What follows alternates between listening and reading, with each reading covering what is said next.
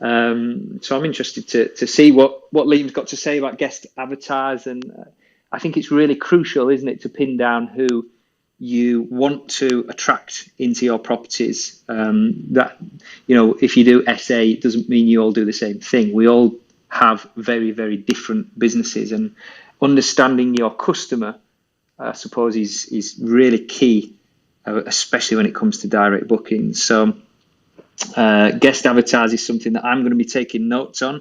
We're currently launching another business, working with a marketing company, and right now we are really trying to nail our customer avatar down. It is a property business, slightly different, but I think it's a great exercise. Who exactly are we targeting, and what do they do? But not only a vague outline of your avatar, be very, very specific.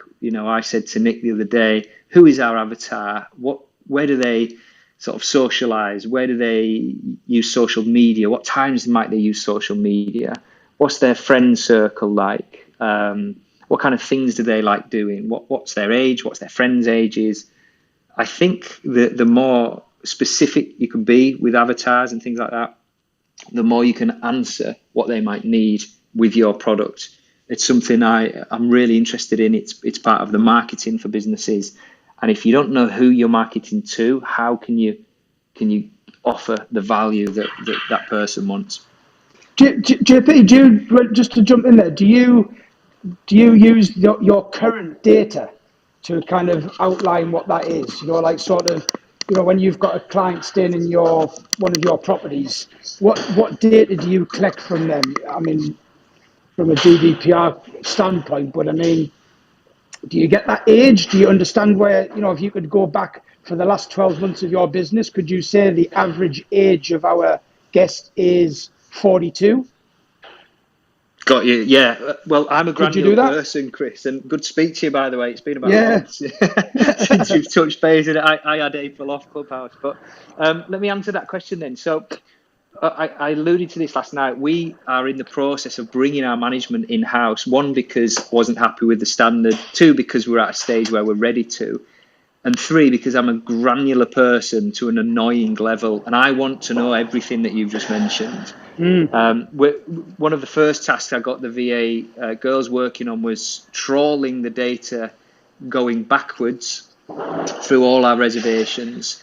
That was direct, that was OTA bookings, and just giving ourselves the data so we can map out what we've had previously and how does that affect where we're going forward. So to answer your question, mate, we're right in the thick of it, literally last month, this month, and no doubt next month on mapping out, because our portfolio, it's all in the data. It's all in the answers are in data. That's the thing. Where I just think so many people don't collate the right data so that they can't look back at it and then plan using that data. Like all top companies study the data. It's all in the data. And there's people who can read data very well. There's some people who can't. I'm not a great reader of data. I'm trying to learn, but I do have somebody who is a great reader of data, and they can, you can put all that data in front of them. They can put a system together, and you can ask that data a question, and it will give you the answer using the formulas. And it's such a powerful tool because, there's no point trying to market to 25-year-olds if your average age is 60.